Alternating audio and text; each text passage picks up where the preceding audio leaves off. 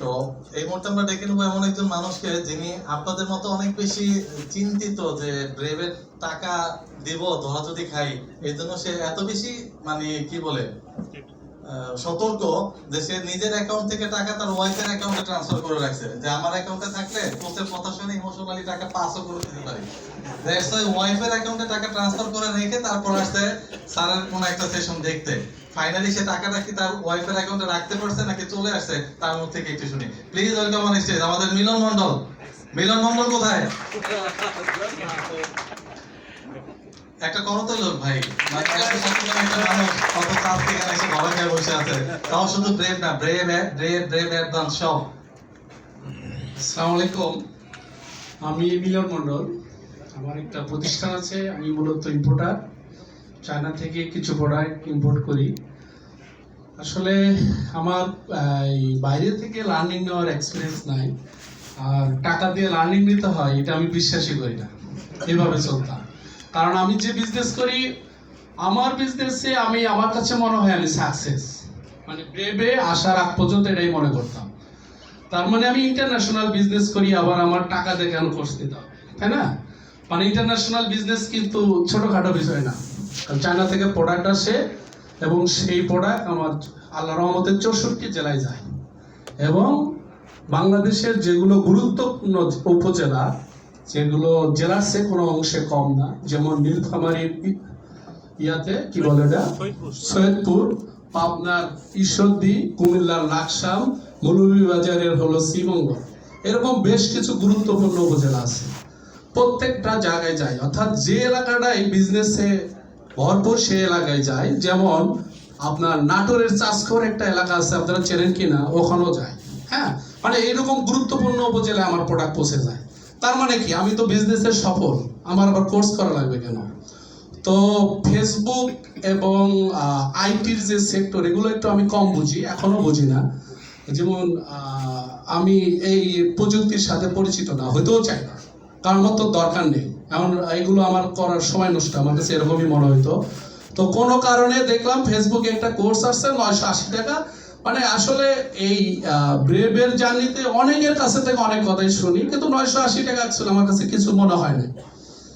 কেমন যেন মানে ফিল আপ করে ফেলছি, আমারও মনে নাই। তখন আমি তারপরে চায়নাতে চলে গেছি। এপ্রিল মাসের 18, 19, 20 এরকম একটা 2024-এ এরকম একটা সেশন ছিল। আমার কেন যেন মনে হলো যে একটু মনোযোগ দিয়ে শুনি। হ্যাঁ, চায়নার সাথে বাংলাদেশের 2 ঘন্টার ব্যবধান। তো আমি চায়নাতে গেলে মূলত আমাদের ফ্ল্যাট নেওয়া থাকে, ওখানে আমরা থাকি। আমার সাথে আরো অনেক ব্যবসায়ী সাথে থাকে। আমার যে সাপ্লায়ার, সেদিন তারা আমাদের মানে বলতে গেলে এরা ভুরি বোঝ দিবে, খুবই একটা খাবার দাবার দিবে, সবাই নিয়ে গেছে, কিন্তু আমি ওটাতে যাইনি। আমার কেন যেন মনে হলো যে উনি কি বলে একটু শুনি না। এতে আমার যারা পার্টনার ছিল, যে ছেলেরা কি কানের মধ্যে কি দিয়ে শোনে, যারা ছিল তারা সবাই সিনিয়র, আমি জুনিয়র, মোস্ট জুনিয়র। সে জায়গায় তারা আমাকে বলে ছেলেটা মনে নষ্ট হলো, ভালোই মনে হইতেছে, কি শোনে। হ্যাঁ, আমি আমার সাপ্লায়ারের বলছি সরি, আমার খুবই গুরুত্বপূর্ণ সেশন আছে, আমি আজকে যাব না। এবং ওরা এইগুলো ব্যাপারে খুবই মাইন্ড করে। হ্যাঁ, যাই হোক, পরে ওনার কোচের কথা শুনতেছিলাম। প্রথম দিন ভালো লাগলো, ওনারা মনে করছে যে হয়তো প্রথম দিন। তৃতীয় দিনও আমি এই রাতব্যাপী আমার খুব ভালো করে মনে পড়ে, ওই সময় আমাদের কোচ 3টা বা 4টা বাজা যেত। আমি চিন্তা করতেছি, এই ভদ্রলোকের কি একটু পানিও খেতে মন চায় না? আমি এরকম কেন এত নিশ্চয় এই 980 টাকা। অনেকে আমাদের অ্যাডভান্সের এক সদস্য আছে সিএম ওয়াইন ভাই, উনি বলছিল 980 টাকা দিতে নাকি অনেক চিন্তা ভাবনা করছে, পরে ব্রেভের 3 লাখ দিতে নাকি চিন্তা ভাবনা করে নাই। তো আমি কোনো সময় টাকা দিতে চিন্তা ভাবনা করি নাই, কারণ আমার কাছে আমি যে বিজনেস করি বাকির বিজনেস, সরাসরি বাকি। এমন কোনো কাস্টমার নাই যে যার কাছ থেকে 2-3 লাখ টাকা আমি পাই না, মানে এরকম। এবং আমার কাছে 30 থেকে 34 লাখ টাকা আমি পাই, যাদের অ্যামাউন্ট 5 থেকে 10,000, 20,000 এরকম। তার মানে বোঝেন কত কাস্টমার আছে, এরকম টাকা পাই। তার মানে আমি টোটালি হোলসেল করি, বাকি ছাড়া আমার বিজনেস চলে না। এটা হলো আমার বড় পেইন। যাই হোক, তো 980 টাকা তো আমার কাছে কোনো ব্যাপারই না, ওইভাবে নিয়েছি। তৃতীয় দিনে যে এই খেলা আছে সেটা তো আর আমি জানি না। চতুর্থ দিনে উনি বলতেছে 10 লাখ টাকা। আমি কিন্তু 10 লাখ টাকা রাজি। 10 লাখ টাকা আমি মনে করি একটা কাস্টমারকে কিছু টাকা বাকি দিলাম। আমি এই ধরনের টেন্ডেন্সিতে বরাবরই চলি। তো পরে চিন্তা করলাম দিয়ে দেবো। 10 লাখ টাকা হয়তো বাংলাদেশে যাই দিয়ে দেবো, এখান থেকে হয়তো ট্রান্সফার করার দরকার নেই। তো আমার সাথে যে আরো সিনিয়র ব্যবসায়ী ছিল নবাবপুরের, বা আমাদের বিজনেসটা মূলত চেয়ারম্যান বেরি কেন্দ্রিক বনানীর, আমাদের আইটেমটাই গুলশার বনানীর আইটেম, মূলত ওখান থেকে আসছে। ওনারা বলতেছে এই ছেলেটাকে তো ভালোই মনে করলাম, এরকম পাগল হলো কেন, রাত বাবা কানের ভিতর কি দিয়ে রাখছে, দুইজনে এসে আমার হেডফোন আমার নিল, নিয়ে শোনে, ওনাদের মাথার ভিতর কিছুই ঢোকে না। হ্যাঁ, বললাম যে তোমাকে ওই ছেলে, উনি আবার জাহাঙ্গীরনগর ইউনিভার্সিটিতে পড়াশোনা করে, খুবই মাল্টি ট্যালেন্ট। উনি আমাকে বললো যে তোমাকে একটু ভালোই মনে করেছিলাম, মনে হয় তুমি শেষ হয়ে গেল। এইগুলো কথা কি শোনো না শোনো, আমরা নিজেরাই তো ভালো বিজনেস করি, তুমি আর একজনের আবার কি বিজনেস আবার শিখতে হবে নাকি। সে আচ্ছা মতো আমাকে জারি দিয়ে, মানে আমি আর কিছু বলি না। তৃতীয় দিন উনি কোচ বলতেছে 2.5 লাখ টাকা।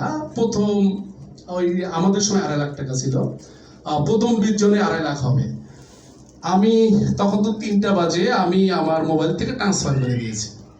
ট্রান্সফার করে কিন্তু কোডটা নাই, যে ওটিপি যায় না, সেটা আবার বাংলাদেশে মোবাইল ফোন তো রেখে গেছি। তখন সামহাও আমার ম্যানেজার ফোনটা কি কারণে জেনে ধরছে। আমি বললাম তুমি তাড়াতাড়ি ওটিপিটা দাও, আমার তো ফাস্ট হওয়া লাগবে, কারণ হলো ওই 20 জনের মধ্যে না থাকলে তো আবার যেখানে 10 লাখ টাকা বলতেছে সেখানে 2.5 লাখ টাকা, মানে আমার অ্যাকাউন্টে এই ধরনের টাকা সবসময় থাকে, দেওয়া পসিবল, শুধুমাত্র ওটিপির জন্য দেরি করতেছিলাম। যাই হোক, ওটা দিয়ে এইরকম ব্রেভ একটা আড্ডা হবে। এরকম আমার অফিস থেকে বলতেছে, কোচ কাঞ্চন একাডেমি থেকে ফোন দিয়েছে, টাকা চাচ্ছে। আমি বললাম যা চাই দিয়ে দাও। আমি কিন্তু অ্যামাউন্ট তাকে জিজ্ঞাসা করি না, আড্ডার জন্য ওরা দিয়ে দিয়েছে। আমি সকালে চায়না থেকে আসছি, ফ্যামিলি নিয়ে শুধু একটা বুফে খাওয়ার ওদের দিয়ে ওখানে রেখেই আমি সাহিত্য কেন্দ্রে চলে আসছি। সবাই আশেপাশে অনেক ধরনের কথাবার্তা বলতেছে, আমি তো টাকা দিয়েই ফেলছি। দেওয়ার পরে আর ক্লাস তো আবার শুরু হলো সেই মে মাসের দিকে। তো কক্সবাজারে গিয়ে যেটা দেখলাম, আমি ওখানে যারা আমার ব্যাচমেট আছে ব্যাচ 4-এর, তারা হয়তো জানেন আমি ওখানে যে কথা বলেছিলাম, আমার মোবাইলে এত ফোন আসে না। ওখানে থেকে যেমন আমাদের শাকিল ভাইয়ের ছেলে আমার ব্যাচমেট, হ্যাঁ, আমার রহমান ভাই দুষ্টমি করে বলতে, দুষ্টমি না সিরিয়াসলি বলছে। আমি বললাম যে শাকিল ভাইয়ের ছেলে তো আমার ব্যাচমেট। উনি বলতেছে আপনার ব্যাচমেট কেমনে হয় না এইটি পারে। বললাম না, আমি তো ওই ব্যাচমেট আর পরিচয় দিই না, আমি ব্রেভের ব্যাচমেট পরিচয় দিই। ও বলতেছে, ও তখন থেকে আমাকে আঙ্কেল বলতো যে আঙ্কেল তাহলে কি করা যায়, আপনার এত ফোন আসছে তাহলে কি করা যায়। আমরা দুজনে আলোচনা করতেছি, আমার কেন যেন মনে হলো ও একটু ট্যালেন্ট আছে, এজন্য ও আর আমি চলেন কোচের সাথে এই কথাটা নিয়ে আলোচনা করি। তখন আমি বলেছিলাম যে ওই দিন মেবি 31 মে ছিল, তখন আমার বিজনেসের বয়সে 1 যুগ পূর্ণ হয় ওই দিনই। এত ফোন আসে, কারণ প্রত্যেকটা কাস্টমারকে আমি ডিল করি, হ্যাঁ, প্রত্যেকটা কাস্টমারের ডিল করি, সব সমস্যার সমাধান দিই। বাকি বিজনেস আমার নিজেরও কথা বলা লাগে, মানে সারাদিন ফোনের প্যারা, এবং কক্সবাজারে ক্লাস করেও শান্তি পাইনি, সিরিয়াসলি বলতেছি। এখান থেকে বের হওয়ার পলিসি কি, আমি এবং শাকিল ভাইয়ের ছেলে, মানে ও আমার বন্ধু হয়ে গেছিল, ও আমার একটু কথাগুলো শুনতেছিল। তো আঙ্কেল আমি ও কি বলছিলাম বলো তো, এখান থেকে বের হওয়ার আশা কি, ও বলতেছে আঙ্কেল লোক নিয়োগ দেন। আমার চিন্তাধারা ছিল আমি যখন লোক নিয়োগটা দিব তাহলে ও আবার বিজনেসটা করবে কিনা। সিরিয়াসলি বলতেছি যে আমার কাজ হয়ে আরেকজন যদি কাজ করে তাহলে আমার তো গোপন তথ্যগুলো সে জেনে যাবে, তাহলে তো বিজনেস করা যাবে না। এখন অ্যাডভান্সে এসে যেটা দেখতেছি, আমি যে সিস্টেমে বিজনেস করতেছি বা যে বিজনেস, এটা তো অ্যাকচুয়ালি বিজনেসই না। আমি যেটা করতেছিলাম সেটাকে আসলে বিজনেস বলে না।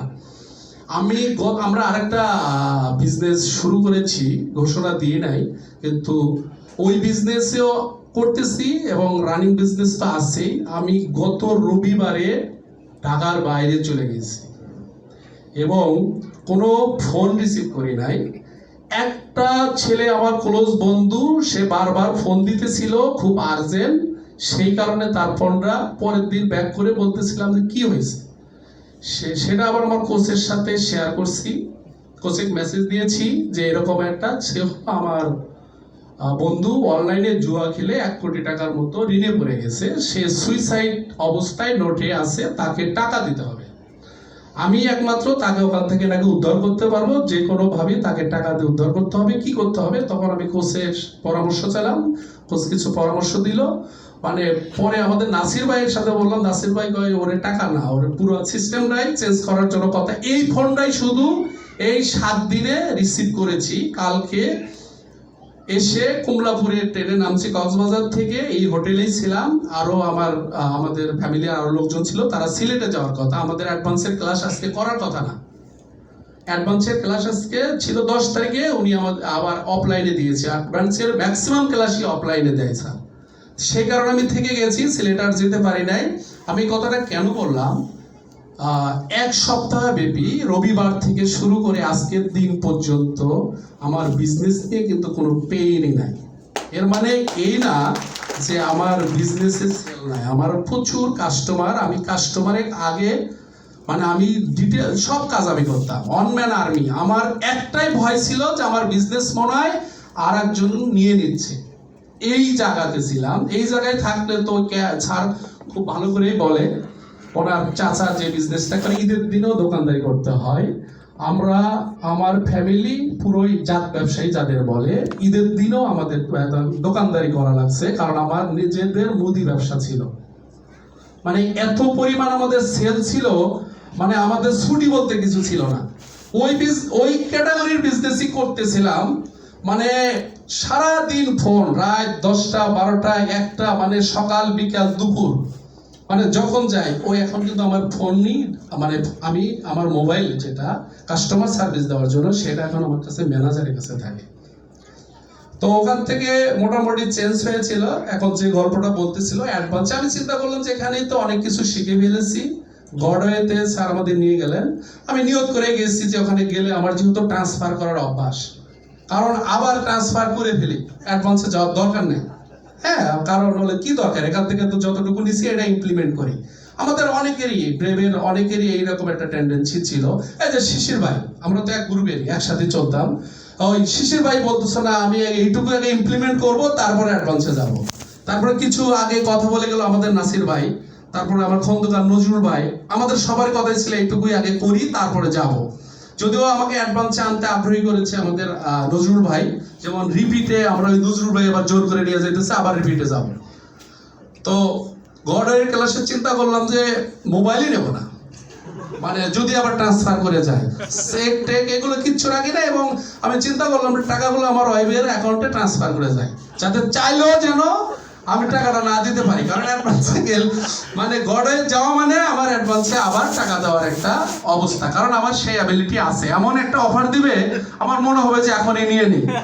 ঠিকই অফার দিছে আমাদের, ও মনে হয় নিয়ে নিছে, আমি আর নিই নাই। পরে বেশি টাকা দিয়ে আবার কোচের অফিসে যায় টাকাটা দিয়ে আসলাম। এই এখন হলো, এটা তো আমার হিস্ট্রি বললাম। আমি বিজনেস থেকে আমার কষ্ট হয় নাই, আমার কোনো টাকা দিতে কোনো দিনও কষ্ট হয় নাই। আমি আবারও বলতেছি, সেখানে আমার যেটা ট্রান্সফরমেশনটা হয়েছে, আমি খুব একটু সময় নিয়ে বলতেছি। একটা হলো, আমি হলো ফিজিক্সে অনার্স মাস্টার্স করা। আমি ইন্টারমিডিয়েটে যারা পড়েছেন ফিজিক্স এবং এসএসসি তো অবশ্যই তারা পড়েছেন, 2 বছর 2 বছর 4 বছর, অনার্স 4 বছর 8 বছর, এবং মাস্টার্স 1 বছর, 9 বছর। 9 বছর ফিজিক্স পড়েছি আমি। এবং